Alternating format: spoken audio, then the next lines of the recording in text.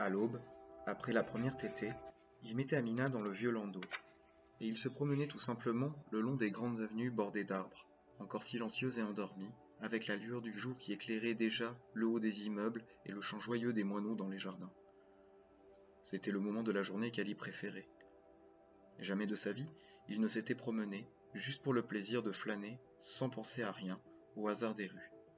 Comme il n'y avait personne sur les trottoirs, Ali pouvait parler à Amina, lui raconter des histoires de son enfance, ou bien lui expliquer les rues, les maisons, les arbres et les moineaux. Après le froid de l'hiver, il y eut le printemps puis l'été. Amina, à présent, était une grosse poupée avec beaucoup de cheveux noirs, des bras et des jambes bien forts, et toujours ses yeux immenses, à la sclérotique couleur de nacre et aux prunelles d'un brun chaud, les plus beaux bijoux qu'elle y ait jamais admirés.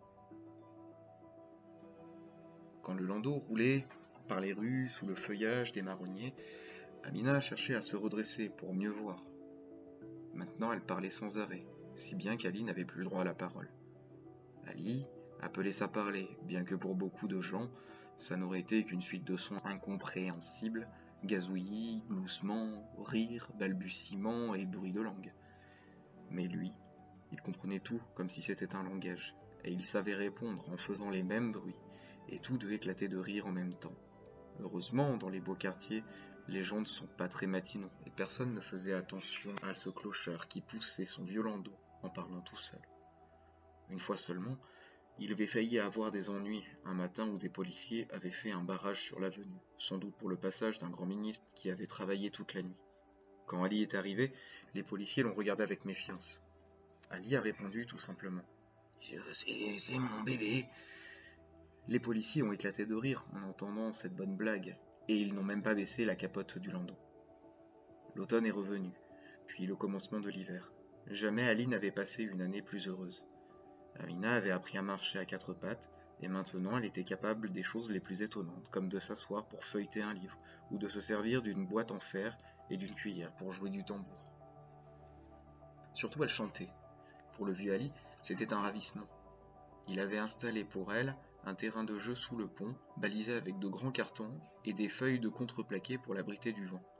Amina passait la journée à courir à quatre pattes, faisait des constructions avec la collection de boîtes à thé, jouait du tambour et chantait. Ali restait couché sous sa tente. Il l'écoutait en buvant du thé à la menthe avec le chat Cendrillon lové contre lui. Il était parfaitement heureux. Pourtant, avec le retour du froid, les choses devinrent difficiles. D'abord, il y avait eu ces deux vagabonds inconnus qui venaient d'une autre ville et qui cherchaient un abri. Ali avait eu beau leur expliquer qu'il n'y avait pas assez de place sous le pont, ils ne voulaient pas comprendre. Ali avait eu peur pour Amina, et il avait dû se montrer méchant. Il s'était redressé de toute sa taille, avec son grand manteau kaki de l'armée, qui flottait dans le vent, sa barbe hirsute et son grand couteau arqué à la ceinture. Les deux vagabonds avaient battu en retraite en proférant des menaces. Alors, Ali n'osait plus s'absenter. Et s'il venait? Et s'il volait Amina? Et maintenant que le bébé marchait à quatre pattes et s'occupait à chanter, à battre du tambour, à lire des livres, Ali n'avait guère de repos le jour, et son travail s'en ressentait. Il avait épuisé ses stocks de chaussures et de vieux cartons pour payer le lait d'Amina, et pour acheter à la pharmacie des petits pots de purée de fruits et de légumes. Lui-même n'avait plus le temps de se faire à manger, et l'essentiel de ses repas consistait en bouillie d'avoine qu'il partageait avec Amina et Cendrillon, arrosé d'huile d'olive. C'était d'ailleurs ce que les gens de sa tribu mangeaient tous les jours dans les montagnes. Inutile de dire que, depuis l'arrivée d'Amina, il avait complètement cessé de boire du vin. Un jour d'octobre, le garçon boucher de travailleurs mangeait dut mettre les choses au point. Ali n'apportait plus rien de bon. La dernière paire de chaussures qu'il avait fournie était tout juste digne de figurer dans la panoplie d'un pêcheur qui l'aurait sorti du fond du canal. Ça ne pouvait plus durer. Ali ne devait plus compter sur lui pour le lait. Ali revint sous le pont, sombre et découragé. Même les chansons d'Amina ne purent le dérider. Il réfléchit toute la journée. Il n'était pas question de recommencer avec les boîtes de carnation.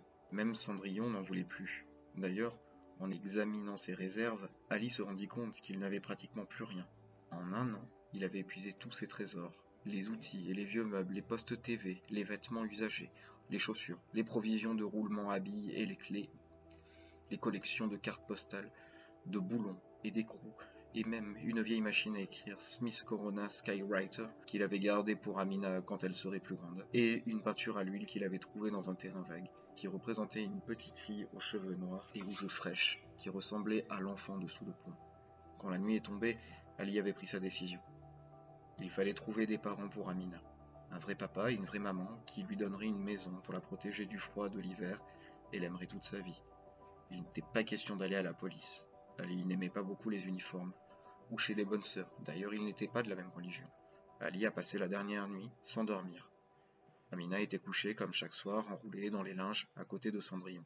Elle dormait paisiblement avec seulement de temps en temps son souffle qui allait plus vite et ses mains qui bougeaient quand elle rêvait. Un peu avant l'aube, Ali a mis Amina dans le vieux landau comme d'habitude.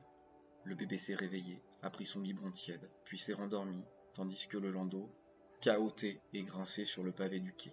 Ali a marché lentement dans les rues, silencieuses, pour faire durer l'aube. Dans la grande avenue bordée d'arbres rouillés par l'hiver, il y avait cette petite maison entourée d'un jardin gros comme un mouchoir de poche. Ali la connaissait bien, et il n'avait pas oublié cette soirée du lendemain de Noël, où on lui avait donné à manger. Il savait que c'était une maison heureuse, avec des enfants, un chat, un chien, et même des poissons rouges. Il avait vu les paquets de paillettes pour les poissons. Il a arrêté le landau devant la grille du jardin. Il faisait encore nuit. Le vent poussait les feuilles mortes sur la pelouse, les faisait danser. Tout semblait dormir. Ali appuyait sur la sonnette très longuement jusqu'à ce qu'une fenêtre s'éclaire au premier étage. Puis la porte s'est ouverte sur un monsieur à lunettes et une jeune femme en peignoir blanc. Il y avait une petite fille aussi, avec des cheveux noirs et des yeux bruns, et Ali a pensé que c'était bien.